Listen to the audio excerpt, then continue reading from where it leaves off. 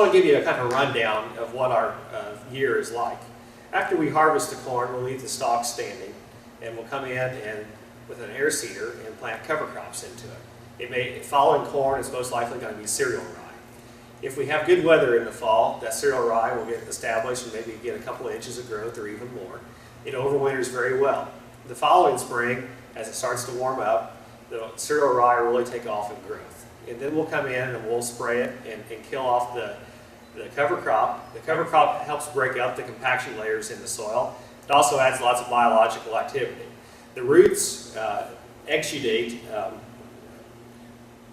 It's food for the microbes in the soil, is what those roots are. And it gives a very lush environment, I guess I should say, for all the microbiology in the soil. And so what we want to do is we want to create a biologically healthy soil. And those cover crops will also help break up compaction. We want to try and find a cover crop that will overwinter, and also one that we can kill easily the next spring with herbicide. If the spring is right, we will not do anything to come in and work the ground. We'll just come in and spray the cover crop and then no-till with our planter. My name's Hal Brown. I'm the father of Ty, and this segment we're going to talk about cover crops.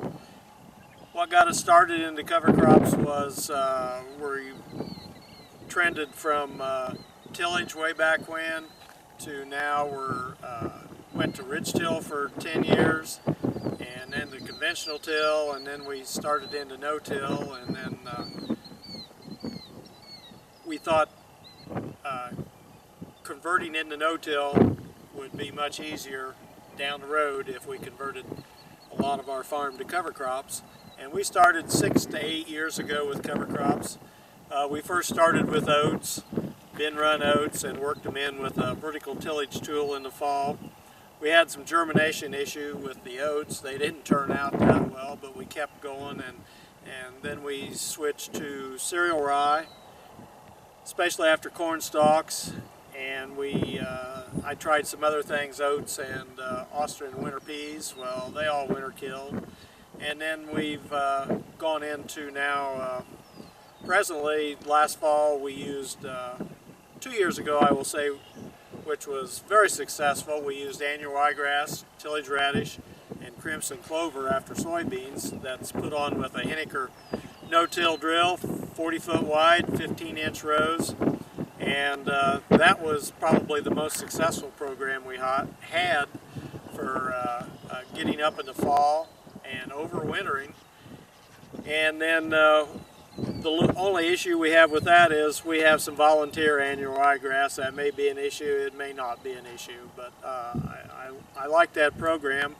And then last fall we tried, we did oats, radish, crimson clover, and the oats. And everything got started real good in the fall, but then come March, our crimson clover that was looking very, very well through the winter, January through February. But then March came along and was pretty brutal on it, and we might have a 5% stand. So what we're looking to next year, is need something that doesn't winter kill. I want something out there all year long. So what that's going to be, the plan changes weekly, so we'll get it figured out before I go out and put in the cover crops again.